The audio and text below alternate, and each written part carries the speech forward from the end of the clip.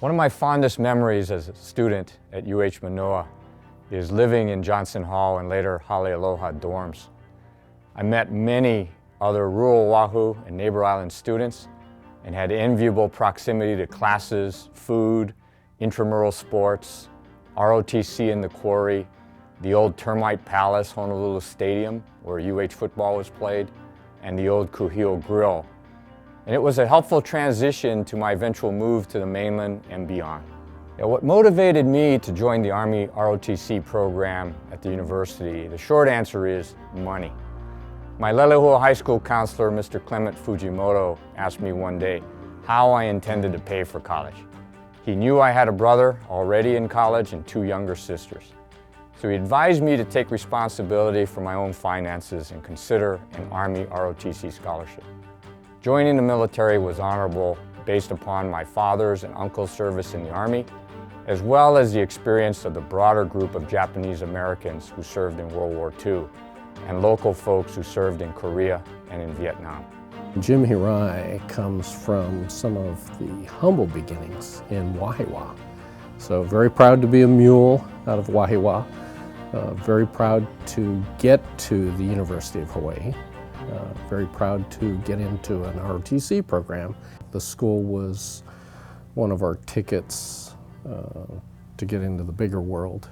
And from there, a lot of my friends went into the service. That was during a period where the draft was still very active, and we were extremely unpopular for wanting to pursue military careers.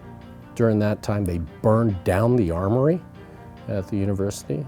They took over the Air Force buildings, and that didn't deter him from his desired end state, which is to become an Army officer. I met Jim Hirai when I was a colonel in Korea with U.S. Forces Korea, and he was a colonel on the Pacific Command staff as the speechwriter for the commander.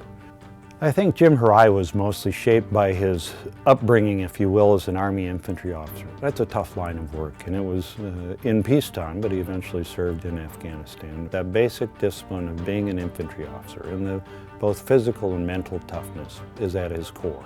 While I was in Kabul, Afghanistan, a friend suggested I apply for the Daniel K. Inouye Asia Pacific Center for Security Studies opportunity.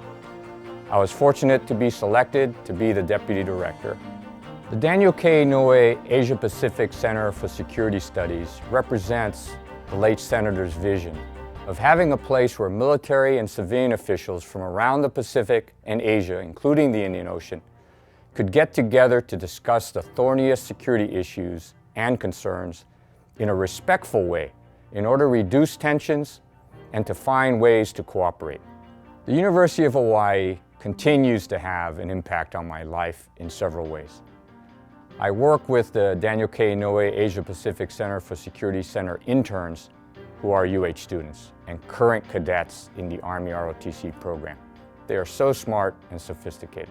The nearly 11,000 military and civilian alumni of the Center's executive education programs, who are security practitioners from over 100 countries, are the Center's most important credentials.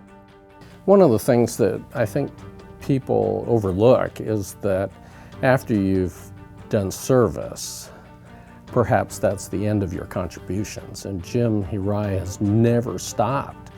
And so his work with education, training, enlightenment, coaching, mentoring is that gift that he gives to the generations that follow. The legacy that he'll leave at the center is one of disciplined good governance. Jim brought that governance into the center in discipline and internal processes that was very important, both serving as an exemplar for our fellows, our participants, but also in making it a credible, well-supported institution within the U.S. government and taking good care of the taxpayers' dollars. One of the things that you, General Hirai, should recognize, the honor doesn't simply go to you, but it goes to all those men and women who served beside you, who you served, who you were prepared to give your life with. And so for that reason, I believe that accepting the award reflects well on the community, you, your family, and those that herald you.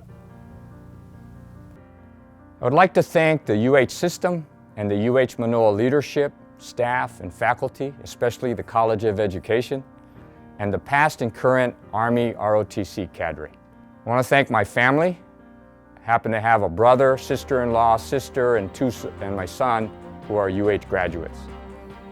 I want to thank my friends and especially my wife for her support and unbelievable tolerance. Little did we know that when she helped me prepare for my Army ROTC scholarship interview, that we would have this adventure and journey together. Mahalo.